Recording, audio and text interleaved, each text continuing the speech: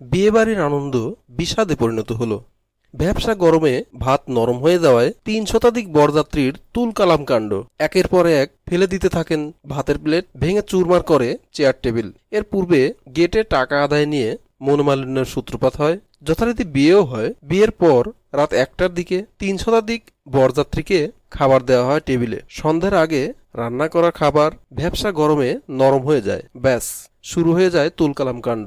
ঘটনাটি ঘটেছে ৩রা এপ্রিল গাইবান্ধা জেলার সুন্দরগঞ্জ উপজেলার সাপুরহাটি ইউনিয়নের পশ্চিম সাপুরহাটির হাজিপাড়া গ্রামে। ওই গ্রামের প্রবাসী দুখু মিয়ার মেয়ের সঙ্গে বিয়ে হয় পার্শ্ববর্তী রামজীবন ইউনিয়নের আইনাল হকের ছেলে সবুজ সরকারের। কনের বাবার অনুপস্থিতিতে বিয়ের অনুষ্ঠান তদারকির দায়িত্বে থাকা কনের চাচা বরপক্ষকে শান্ত করতে গেলে তাকেও কলার ধরে মাটিতে ফেলে কিলঘুষি লাথি মারে। স্থানীয়রা এগিয়ে এলে বরপক্ষের বেশিরভাগ সদস্যরা পালিয়ে গেলেও বরসহ বেশ কয়েকজনকে আটক রাখা হয়। খবর পেয়ে আটকে থাকা বরযাত্রীদের উদ্ধার করতে পুলিশ গেলে এলাকাবাসী পুলিশকে ঘিরে ধরে। এক পর্যায়ে সেনাবাহিনী গিয়ে বরযাত্রী এবং পুলিশকে উদ্ধার করে। হাত দিয়ে বললাম, এই দাঁড়ান ভাই, একটু শান্ত হন শান্ত হন।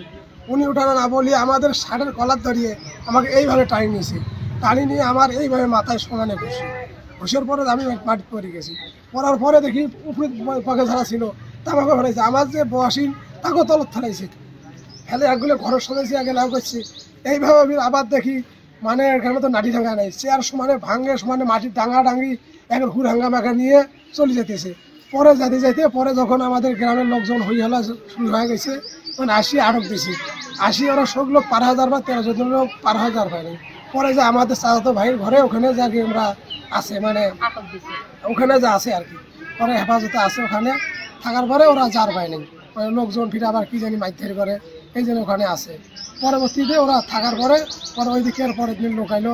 লোক আসার পরে আমাদের লোক আটকাইছে, মানে ঠিক আছে, তারপরে লোক হেফাজতে আছে। বর আসলো, আমরা ওখানে মিষ্টি মানে যা যা নেওয়া লাগে ওখানে নিয়ে দাঁড়ালাম। গেট থেকে কোনে নানি বরকে নামালো। নামানোর পর ওখানে দাঁড়ালো। আমাদের একটা বাজেট ছিল ওখানে, যে হলো আমাদের কত টাকা দিবে না দিবে। সেই বাজেটের মধ্যে উনি আমাদের টাকা কম দিল। তখন আমরা ওনাকে বরকে কিছু খাওয়াই নাই, না টাকাও নেই নেই খাওয়াইও নেই। তখন আমাদের জিনিসগুলো নিয়ে আমরা উঠে আসছি। আসানোর পর বরকে ওরা ভিতরে ঢোকালো, মেয়ের মা ঢোকানোর পর স্টেজে বসালো। বসানোর পর সুস্থ মতোই বিয়ে পড়ানো হলো। এখন খাওয়া দাওয়ার ব্যাপার, ওরা কেউ বলতেছে খাবে, কেউ বলতেছে খাবে না। তারপরও আমাদের বাড়ির লোক অনুরোধ করে ওদের বসালো। বসানোর পর ওদের প্লেটে সবখানে ভাত আপ্যায়ন করা হলো, তরকারি নিয়ে যাওয়া হলো। তখন ওরা ভাত দেখে বলতেছে এই ভাতগুলো খাওয়া যাবে না। এক এক করে ভাতগুলো উল্টে টেবিলে রাখতেছে। রাখার পরে আমার ভাসুর ছিল, বলতেছে আপনারা যদি না খেতে পারেন আমরা আবার নতুন করে রান্না করে খাওয়াবো। ওরা চাল ডাল সব আবার রেডি করলো, রান্না গরম পানি দিছে, ভাত আবার ইয়ে হয়েছে। ওরা তারপরে এক এক করে উঠে, আমার একটা ভাতিজা ছিল, ওর গলার ধরে টানি নিয়ে যেতে ধরছিল। ধরার পরে আমাদের এখানে কিন্তু ১০-১২ জন লোক ছিল, ওরা ৩ থেকে ৩৫০ জন লোক আসলো। আসার পরে ওরা সেইভাবে মারধর।